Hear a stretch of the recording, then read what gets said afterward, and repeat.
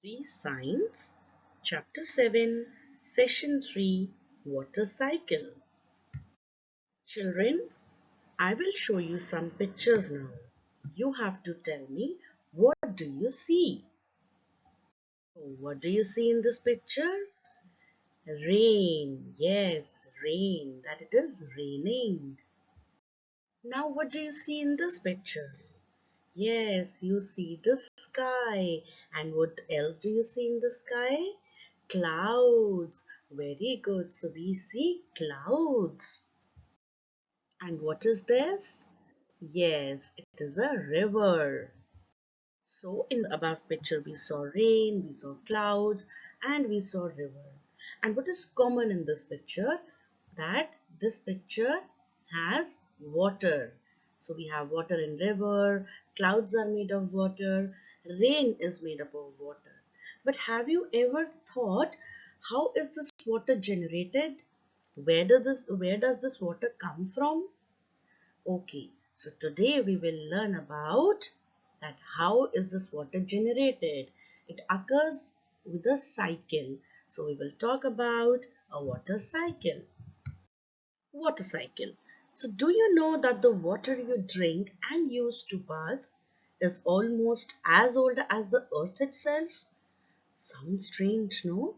Yes, it sounds unbelievable, but it's true that water is the oldest source, and it is as old as the earth itself. The amount of water on earth has always been the same. It just keeps moving from one stage to another in a cycle. So children, you must have wondered at times that you drink a glass of water and you keep drinking, and if you are drinking, the entire population of the world is also drinking, then the water must finish, right? But it does not. The water content remains the same, the amount of water remains the same as it has always been. It keeps on moving from one stage to another, and it follows certain steps. It follows a cycle, and those cycle is consisting of certain steps: evaporation, condensation, and precipitation. These are the steps involved in a water cycle. Now let us understand how this happens. Evaporation. The water in the lakes, rivers, and oceans gets heated from the heat of sun.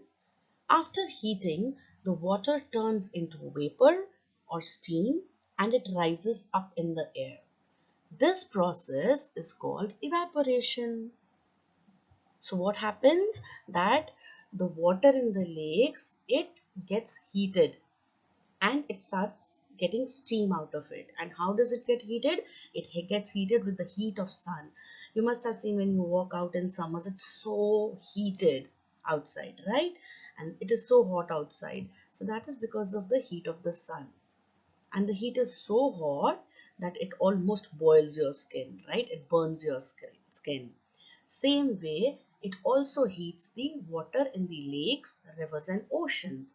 Now this vapor, this water turns into steam, which is also called vapors, and then it rises up in the air. This process is called evaporation. So what is evaporation? When the water rises or turns into vapor or steam and rises up in the air, the process is called evaporation. Condensation. When the water vapor meets the cool air, it changes into water drops. These little water drops get together to form a cloud. This process is called condensation. It condenses. So, when the water vapor or the steam rises up in the air, it meets with the cool air, because when the moment it goes up in the height, the breeze also gets cooler.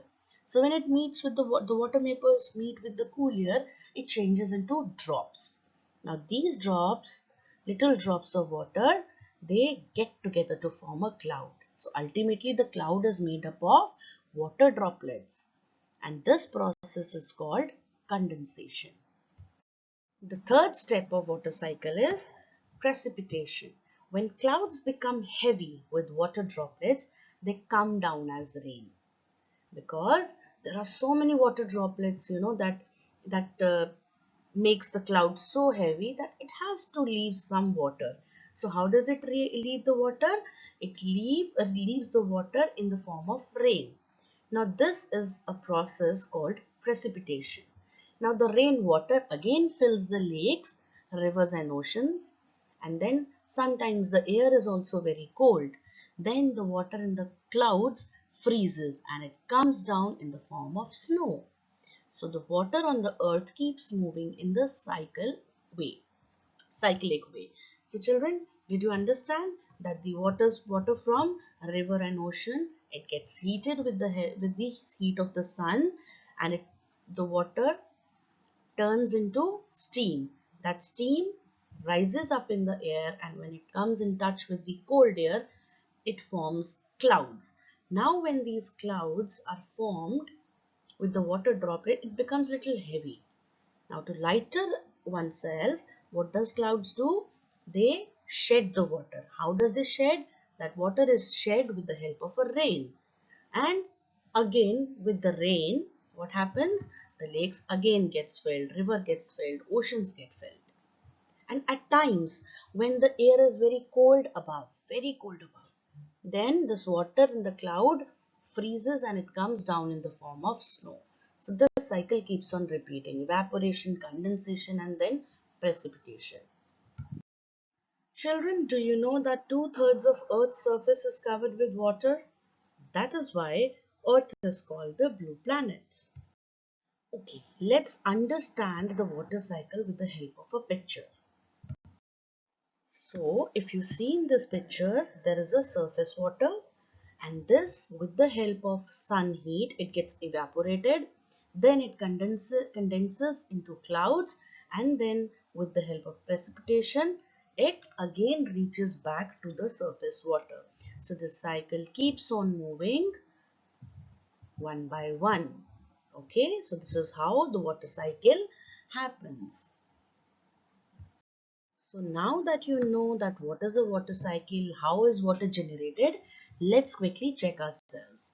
So we have practice zone 3 on the concept book, page number 101.